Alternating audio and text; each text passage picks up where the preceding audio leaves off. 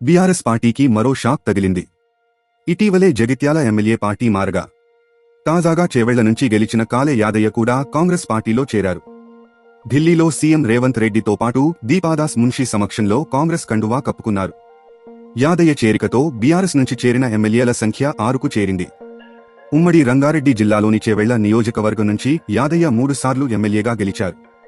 2014లో కాంగ్రెస్ తరపున గెలిచిన ఆయన ఆ తర్వాత బీఆర్ఎస్ గూటికి చేరారు.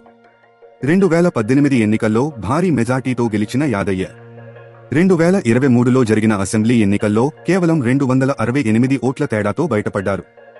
కాంగ్రెస్ నుంచి పోటీ చేసిన భీమ్ భరత్ నుంచి గట్టి పోటీని ఎదుర్కొన్నారు. 2023 డిసెంబర్లో జరిగిన తెలంగాణ అసెంబ్లీ ఎన్నికల్లో బీఆర్ఎస్ తరపున మొత్తం 39 మంది ఎమ్మెల్యేలుగా గెలిచారు. వీరిలో దానం నాగేందర్, కడియం శ్రీహరి, తెల్లా వెంకట్రావు, పోచారం శ్రీనివాసరెడ్డి, డాక్టర్ సంజయ్ కుమార్ హస్తం గూటికి చేరారు.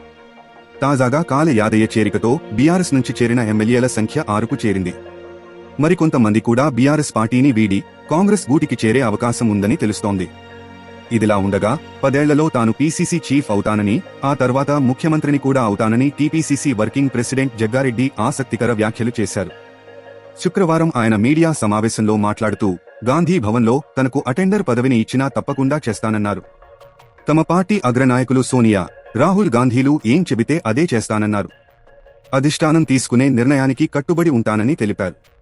తాను ఢిల్లీలో పైరవీలు చేయడం లేదని, ఎవరు పీసీసీ అయినా పాలన బాగానే ఉంటుందని ఆశాభావం వ్యక్తం చేశారు.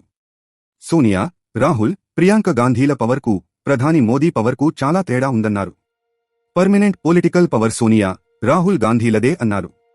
కాని రాజకీయాల్లో మోదీది తాత్కాలిక పవరే అని బీజేపీ వారు గుర్తించాలన్నారు. ప్రధానిగా ఆయన దిగిపోయాక బీజేపీలోనే పవర్ ఉండదన్నారు. ప్రజలు మూడోసారి చాలా కష్టంగా మోదీకి అధికారం అప్పగించారన్నారు. గత 10 ఏళ్లలో తాను ఇచ్చిన హామీలు నెరవేర్చలేదని అంగీకరించి ఇప్పుడైనా వాటిని నెరవేర్చాలని డిమాండ్ చేశారు. గోధ్రా అల్లర్లు, పుల్వామా ఘటనలపై పార్లమెంట్లో చర్చించే దమ్ము ఉందా అని ప్రశ్నించారు.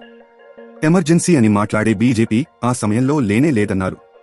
నాడు జనతా పార్టీలో ఉన్న వాజపేయి, ఇందిరాగాంధీని దుర్గామాతతో పోల్చారని గుర్తు చేశారు.